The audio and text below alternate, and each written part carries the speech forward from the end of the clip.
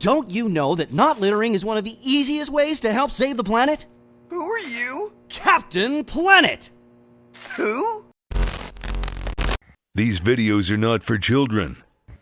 If you're a children, then piss off. By your powers combined, I am Captain Planet! Hey there, it's me, your least favorite YouTuber, Infuso. And today I'm here to talk to you about my all-time favorite superhero, Ted Turner. Captain Planet! In case you're new here, most people have already come to understand I'm kind of a Batman fan. And if you're not new here, then you already know what it is. But I'm not really in an exclusive fandom with the Dark Knight. I hope you won't judge me in saying this, but there have been other superheroes. I mean, Superman, Spider-Man, almost all of the X-Men. And I've been a fan of all of these since I was a kid. When I was a young boy, I like turtles.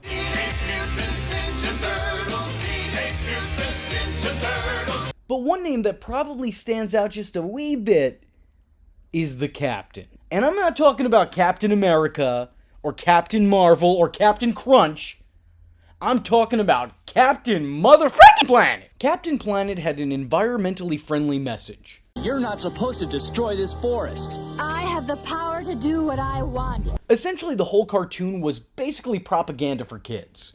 But like, you know, good propaganda for kids. It was about these 5 children with power rings that had the ability to summon what I can only describe as Barbie's boy Ken if he just left a rave and entered a Comic-Con. The kids who summon him are the most diverse group of young people since my closest friends circle. This is the real League of Nations over here. We got Kwame, the bearer of the Earth Ring, who I kind of always saw as the leader of the pack. The character is African, and being that this is a show from the 90s, it means that he got the same exact aesthetic that every black character of that decade got. Am I the only one who noticed this? Because this shit profoundly confused me as a child. I'm sitting here trying to watch green-haired Eric Bischoff save the planet, and then the kid from Recess just shows up on my screen. Like, what am I supposed to do with that? We got G, the Korean bearer of the water ring, who also looks like the little girl from the Magic School Bus. Okay, guys, what are we doing here? Linka is the Soviet bearer of the wind ring. Mati is the Indian bearer of the heart ring. And Wheeler is the white kid, who is also the bearer of the fire ring. And real quick, I know it's been mentioned before at this point in time, it had to have been.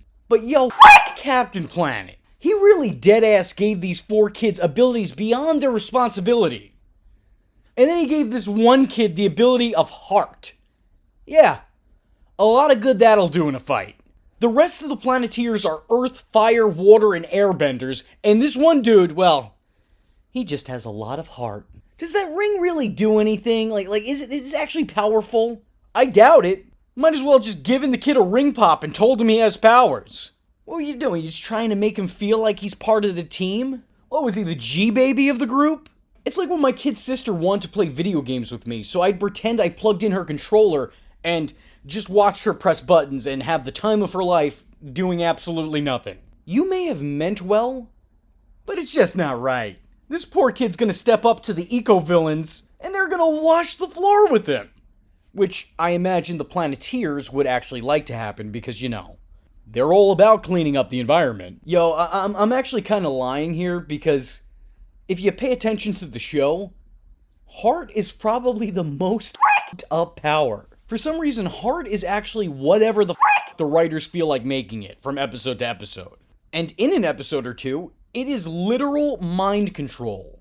You demented, bizarre, unethical toad! It is brain manipulation! Mati? More like problematic. You guys see what I did there? It's like his name, but it's... Being that the show was so pro-green and anti every other color, the villains of the show were, they were pretty interesting. They didn't want to take over or destroy the world like most supervillains of the time period. No. Instead, they wanted to do really weird shit. Like, convince the youth that littering was cool. If you throw a piece of paper on the ground, ooh, you could be one of the cool kids. Who the f*** thinks littering is cool? No one! Nobody in the history of history has ever thought that littering was fun or cool, including the people that litter. No one is doing it so they could feel cool and be a part of something. I'm pretty sure no one ever threw a Pepsi bottle out of a moving car window to try and impress anybody. People litter because they're selfish and it's convenient. It wasn't like a statement. Yeah, why look for a garbage can? The world is my garbage can. Jesus, what was this show on? Oh yeah, Bliss. If you don't get the reference, don't worry, we'll get to it. Another episode saw them basically trying to murder whales. Or I think they might have been dolphins. I'm not entirely sure, but they were trying to murder something. 'Cause it was cool. But on occasion, they did try to crank the evil up. It goes from 0 to 100 right fast. One episode, they're like, "Do you litter? It'd be a lot cooler if you did." But then the next episode, it's all like, "Hey, I'm gonna go back in time and give a certain German dictator nuclear missiles. 0 to 100 real fast." This is the same show. I cannot... what? I can't even articulate my feelings on it. I have nothing intelligent to add to the conversation. Not that that's ever stopped me before, but still. Now listening to this, you're probably thinking, wow, all of this is very on the nose. And whoever made it definitely had something up theirs. But if it wasn't on the nose enough already, and I'm pretty sure that you get the feeling that it is, then just wait. Just you wait until you hear the villains' names. We got Hoggish Greedly, Verminous Scum, Loot Plunder, Duke Nukem, what? Duke Nukem? Hail to the king, baby. See, I actually had a really hard time with this, because for the longest time I remembered that the character's name was Duke Nukem, but in my head I was like, well, that can't possibly be right. This isn't Duke Nukem. This is Duke Nukem. But no, they're both Duke Nukem. And speaking of Duke Nukem, real quick, just a little segue here. Let me just say that I am highly offended that nobody, literally nobody, noticed that the new voice at the beginning of my videos is that of Duke Nukem. Not this one. Not this one. This one. These videos are not for children. If you're a children, then piss off. No one noticed. No one noticed. How is that possible? My second biggest demographic is people my age. What, were you all living under Duke Nukem? Not this one. This one. There's a couple other villains like Dr. Blight and whatnot, but I don't really feel like mentioning them outside of this one statement. Because they're all side guys, all right? All of these villains are led by Captain Planet's biggest villain. His arch nemesis. His own unique bizarro. Captain Pollution. I feel like when this was all coming together, it was a bunch of people, and Ted Turner is sitting at a table, just spitballing ideas, and somebody was like, oh, you know what, I don't know, this just doesn't feel subtle. And then Ted Turner just got up, probably in a drunken stupor, and said, subtlety? What the fuck is that? You literally have the character's main villain as pollution. Pollution. Pollution isn't a person, it's an idea. I'm an idea. I know the theme song said that he was fighting pollution, but I don't think anybody expected him to actually duke it out with the physical embodiment of pollution. Boy just pulls up to the toxic waste dump ready to throw hands. For the planet. You know what? I hate it so much that I actually love it. Man said if you're scattering, then we're scrapping. Just imagine you're throwing out your trash and you just barely miss the rim of the garbage can. And then the whole Planeteer squad rolls up ready to take you out. But you know what really fucks me up? Just how many stars filled out this cast. Whoopi Goldberg, Sting, Jeff Goldblum, Martin Sheen, Tim Curry, Meg Ryan, LeVar Burton, James Coburn, John Ratzenberg, Ed Asner. They're just some of the names that make up this cast. This is a show about Earthman literally punching Garbage Guy for the betterment of the planet. And it has this cast. What I really love about the show, though, is that you can tell it meant well. It really did. And while I'm a big believer that intent matters, I think it's much funnier to address when good intentions kind of miss the mark. Like the time one of the Planeteers got addicted to an imaginary drug that killed her cousin. The show's understanding and interpretation of drug use makes me think that this episode was written up by its target audience. Children. It hits comedic levels I haven't seen since I read those Spider-Man comics where Gobby Jr. becomes a fiend. How about the time on Captain Planet when a kid got AIDS and his entire school acts as if he has the cooties? They social distance themselves away from him. Get him out of here! He's got AIDS! And how does this episode end? With CP himself. Oh, that's unfortunate. You know what? Maybe some things just shouldn't be abbreviated. Well, let me try that again.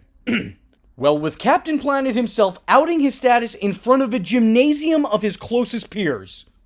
Good job. Good.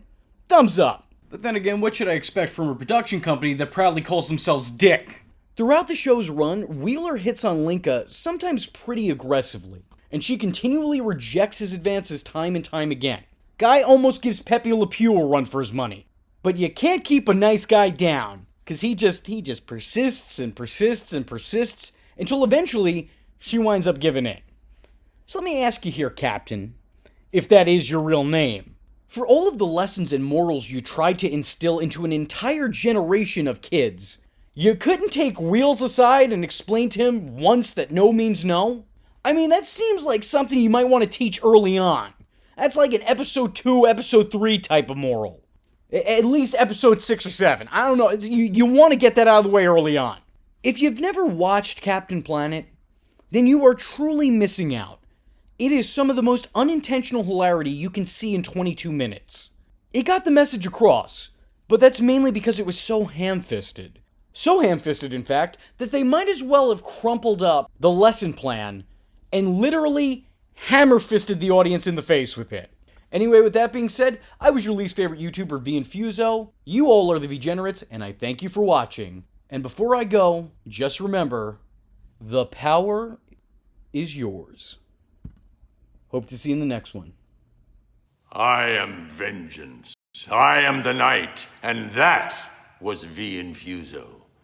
Just remember, if you're not tuning in, then you're missing out. So, if you like the words that came out of his mouth hole, and you too would like to become a V-generate, don't forget to like and subscribe. Thanks for watching, nerds! And if you're not joining the fun, you're in for one bad day. And you know what they say about having one bad day?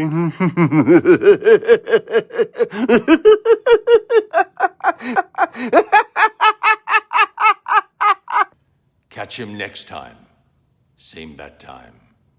Same bad channel. Hey, all you Planeteers at home. Remember, turn off the faucet between usages and recycle those plastics. Or else, I'll turn you into a fucking tree.